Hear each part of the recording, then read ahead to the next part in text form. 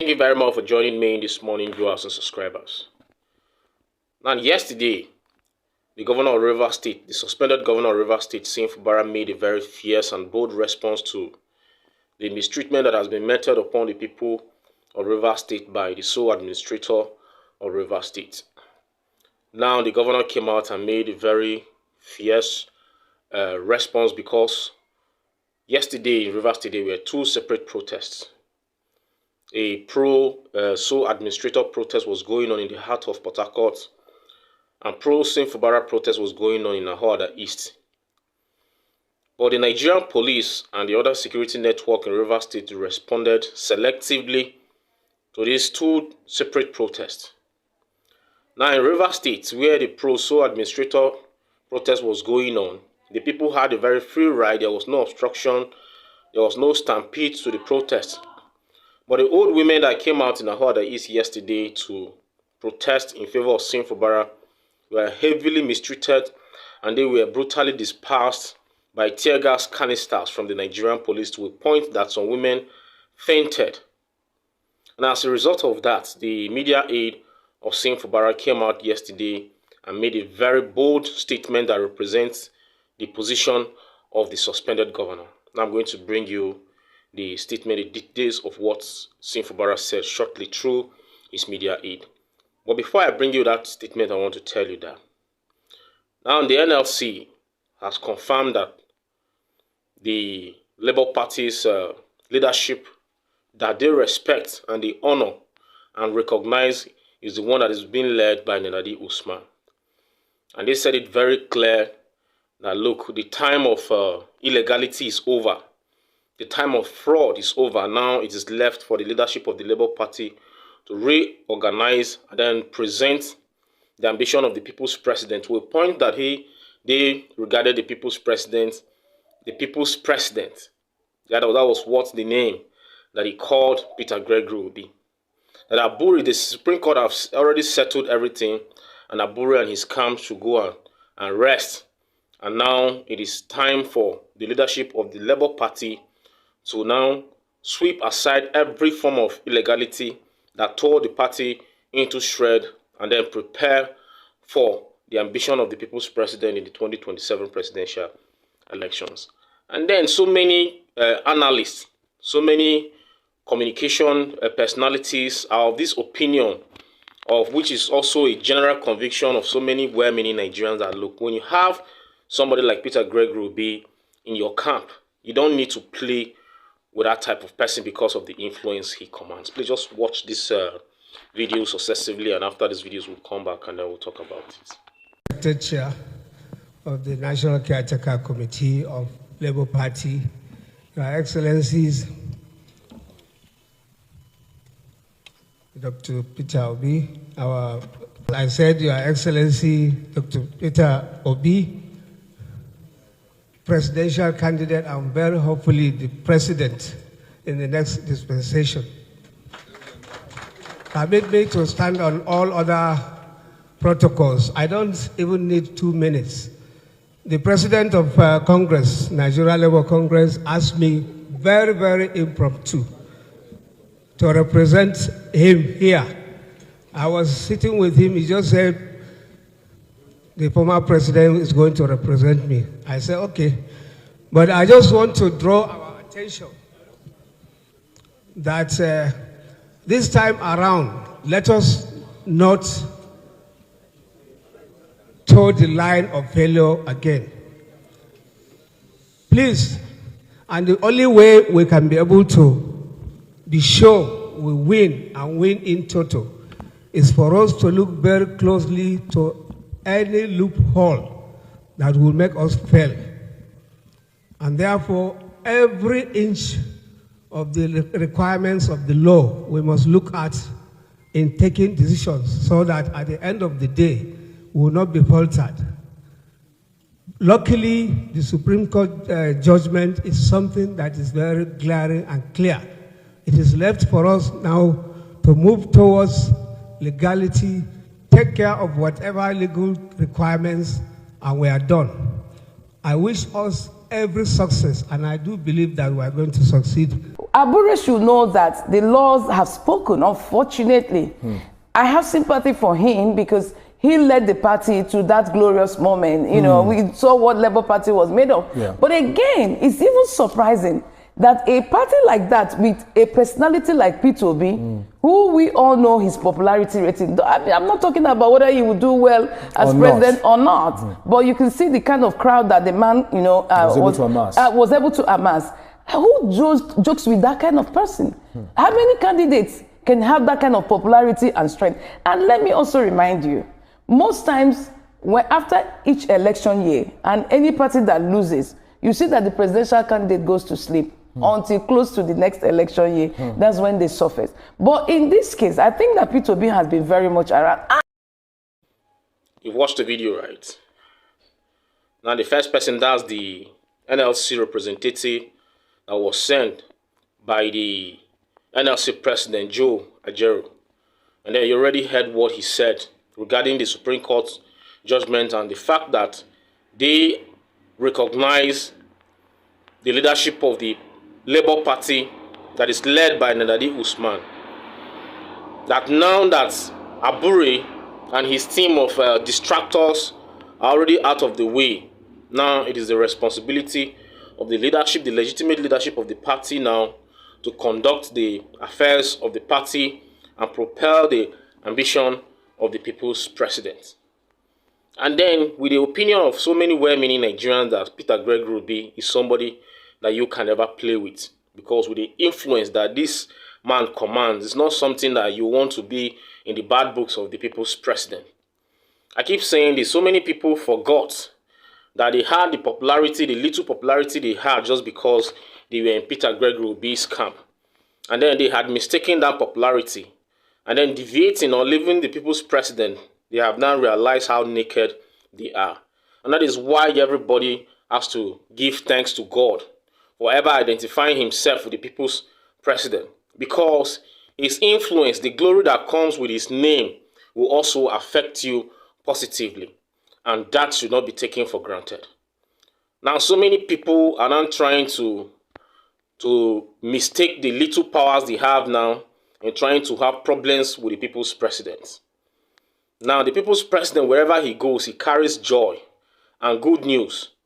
We have already spoken about how the people's president, even in his personal capacity, how much he has committed his resources in making sure he better the standards of life of so many Nigerians, and how much he has used his personal resources to establish cottage industries that will stand the test of time to benefit the poor and the downtrodden. He's moving from different parts of the country to support Nigerians. But then yesterday, we saw the unexpected happen when the people's president wanted to visit Benue State. And I tell you, because of the action and the decision of the so-called governor of Benue State preventing the people's president to extend his helping hand to the people of Benue State that are suffering severely because of the activities of bandits in IDP camps and so many institutions that need assistance in Benue State.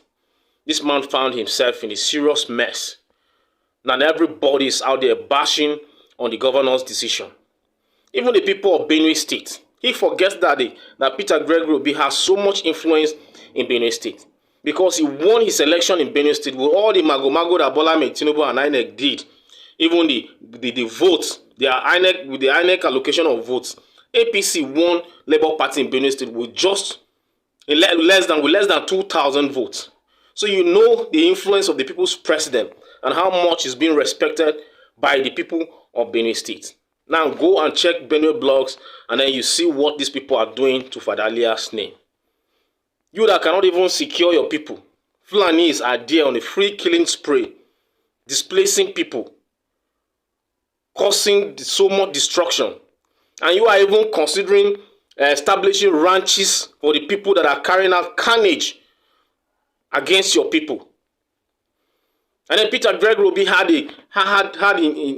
wanted to visit IDB camps, not just there, going to Boko to support a growing school of nursing in Boko.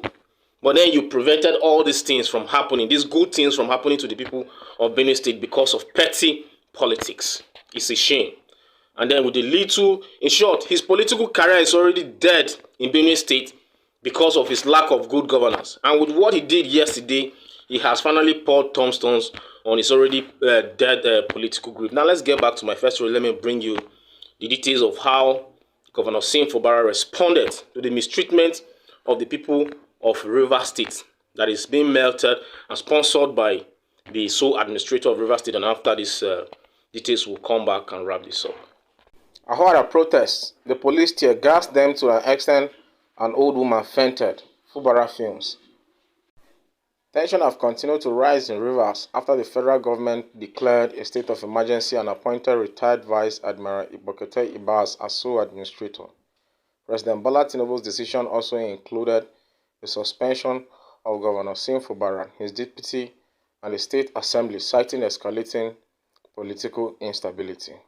Two separate protests took place on Monday. In Port Harcourt, a group supportive of the emergency rule held a peaceful demonstration. Meanwhile, in Ahoada East, demonstrators demanding Fubara's reinstatement faced a forceful police response, with officers allegedly using tear gas to break up the gathering. Reports indicate that elderly women were among those affected by the tear gas, with at least one person collapsing during the incident.